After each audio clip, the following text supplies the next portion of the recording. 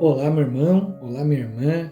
Que alegria ter você aqui comigo para mais um devocional. Eu sou o pastor André Ioi e eu quero ministrar uma palavra de Deus ao seu coração nessa manhã com o tema Chaves que abrem as portas celestiais. Amém? Irmãos, mas antes de começar, eu queria pedir para você que ainda não é inscrito no canal a se inscrever, ativar o sininho de notificação em todas, porque diariamente eu desejo enviar conteúdos como esse para abençoar a sua vida, seu casamento, seu ministério e te preparar para viver realmente chuva de bênçãos aqui na terra.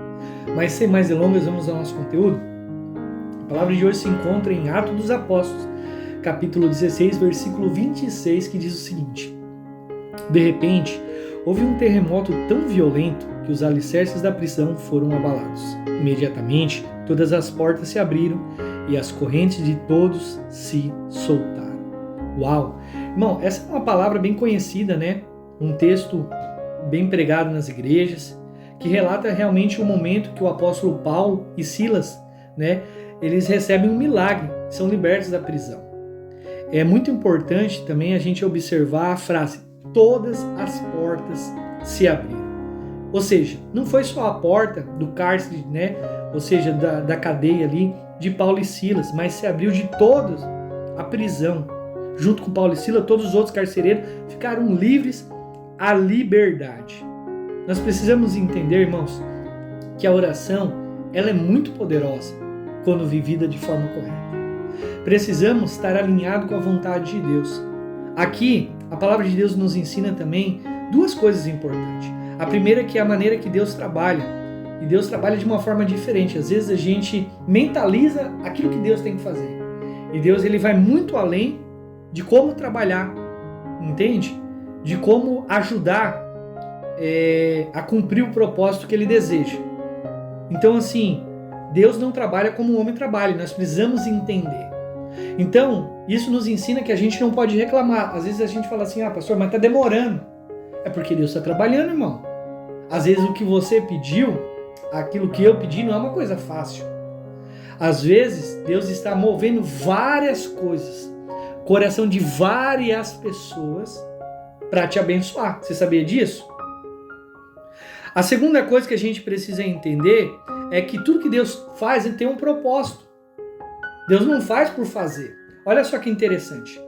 A Bíblia diz que Paulo e Silas estavam pregando, eles estavam cumprindo o chamado de Deus, estavam levando o evangelho a Israel, estavam anunciando para todo mundo que podia e aos gentios, né?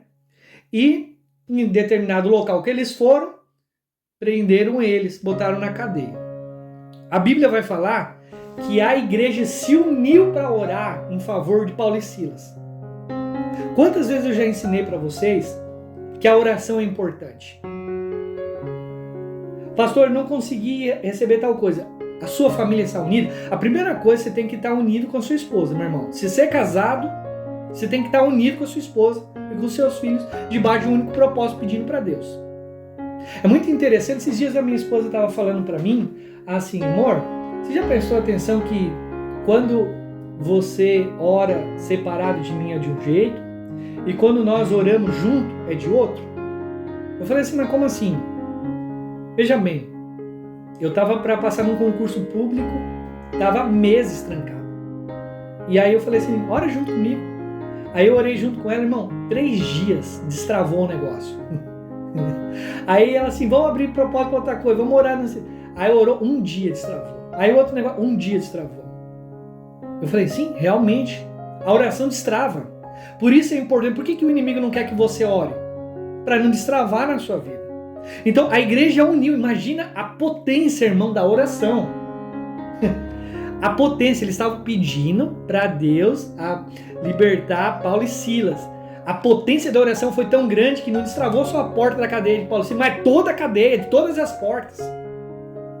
Você já entendeu que você se torna uma potência quando você vive em unidade com a tua casa? Com a tua família? Agora imagine a potência numa igreja. Agora imagine um monte de igreja potencializando orando. A oração abre portas, literalmente. Então Deus, Ele age da forma que ninguém espera. Você está entendendo? Então Deus, Ele pegou e abriu as portas de todo mundo. E qual foi a forma de ganhar aqueles soldados e os presos? é ver a fidelidade de Paulo e Silas. Eles se entregaram a Cristo, todos foram salvos. A palavra vai falar. A segunda coisa que a gente aprende é que há um propósito.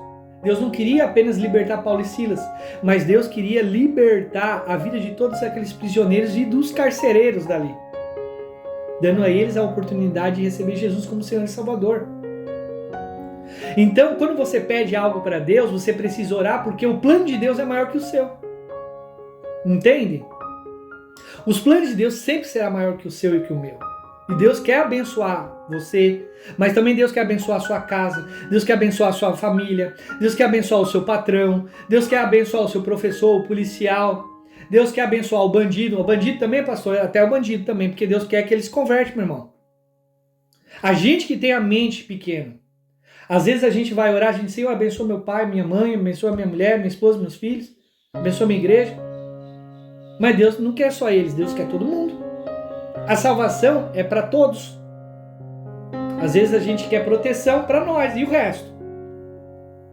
A gente não sabe, irmão. A gente é muito bom em julgar os outros. Ah, porque fez isso, porque fez aquilo. Mas ninguém sabe o que levou aquela pessoa a fazer isso. A pessoa roubou comida. Por que a pessoa roubou comida? A pessoa virou um bandido. Por que virou um bandido? Por que eu estou falando isso? Irmãos, eu cuidei de um irmão uma vez em Anitápolis, uma cidade que era na Serra Catarinense, que ele era muito difícil de convivência, mas muito difícil. Geralmente eu não gostava de cuidar de pessoas assim, porque eu tinha um certo receio, né? Mas o Espírito Santo me direcionou para isso, eu fui aprendendo. Foi onde eu iniciei meu ministério, e glória a Deus eu dou por isso. Amo aquele povo até hoje, todo o meu coração. Vocês não sabem a alegria que eu tenho. Sim, sabe? Mas o que eu queria dizer é que um dia tinha uma outra irmã dentro do culto, pegou e falou assim, eu conheço esse irmão aqui, você conhece? A irmã mais ou menos uns 60 e poucos anos. Ele assim, ó, esse menino aqui, pastor, ele quando ele era pequeno, ele era espancado pelo pai dele, o pai dele bebia, batia na mãe dele, afogava ele dentro do tanque, do coxo, que chama de coxo lá, tanque de água para lavar roupa, né? Pegava fio de energia, eletrocutava. Irmãos, esmurrava esse guri, dava chute, dava bicuda. Ele era uma criança, pastor. Eu morava do lado dele, na favela, eu vivi isso aí e eu cresci. Era metido, o pai dele era mantido com os bandidos, com as coisas tudo assim, sabe? O que eu tô querendo dizer, irmão, não é focar na coisa ruim que ele estava fazendo, mas é porque quando você não perdoa, quando você não faz as coisas, aquilo vai virando uma maldição, uma corrente, vai prendendo de geração em geração. O pai estava fazendo isso na vida do filho. Provavelmente o pai viveu aquilo que o pai dele fez e assim sucessivamente. Então, assim, destravou. E eu comecei a entender, não olhar para ele o que ele estava fazendo. Eu estava olhando para ele quem ele era no passado. Então eu consegui ter olhos de amor sobre a vida dele e vi que aquilo que ele estava fazendo era resultado daquilo que ele viveu.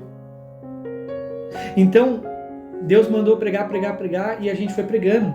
O processo é longo. Eu quero que vocês entendam o seguinte, tem muita gente que é ignorante acerca das coisas espirituais. Fala assim, pastor, eu me libertei. Libertou do quê? Da bebida, do cigarro, da prostituição, do adultério. Mas isso não é só libertação, irmão. A libertação ao longo da vida. Todos nós estamos libertando. Eu estou em processo de libertação, vocês estão ouvindo, estão em processo de libertação. Como é que vocês dizem? Aí vocês podem dizer assim, mas como assim, pastor? Conhecereis a verdade vos libertará. Você está ouvindo agora o que, irmão? Verdade. Quer dizer que todo momento que você lê a palavra de Deus, você ouve a pregação de Deus, a sua mente está mudando, está se libertando desse mundo e das amarras de Satanás. Então, quando Deus ele ora, quando Deus pede para a igreja orar, a igreja ora, Paulo e Silas é liberto, havia um propósito de Deus sobre a vida deles, mas também havia um propósito de Deus sobre todas as pessoas que estavam ali, trazendo libertação e mudança, e levou eles à salvação. E Deus deseja usar a sua vida e a minha vida para que a gente possa libertar muitas pessoas, abrindo a porta do cativeiro delas. Vamos orar? Pai, em nome de Jesus, eu oro sobre todas as pessoas que estão conectadas comigo. Eu te peço, Senhor, nos usa como instrumento da verdade para encaminhar esses devocionais, para orar e interceder pela vida de todas as pessoas que estão ao nosso redor, para elas te receber como Senhor e Salvador, em nome de Jesus. Amém. E graças a Deus eu declaro libertação sobre a vida daqueles que ouvem e de todas as pessoas para a honra e glória do teu santo nome. Amém e graças a Deus. Aguardo vocês aqui e até o próximo vídeo, irmãos.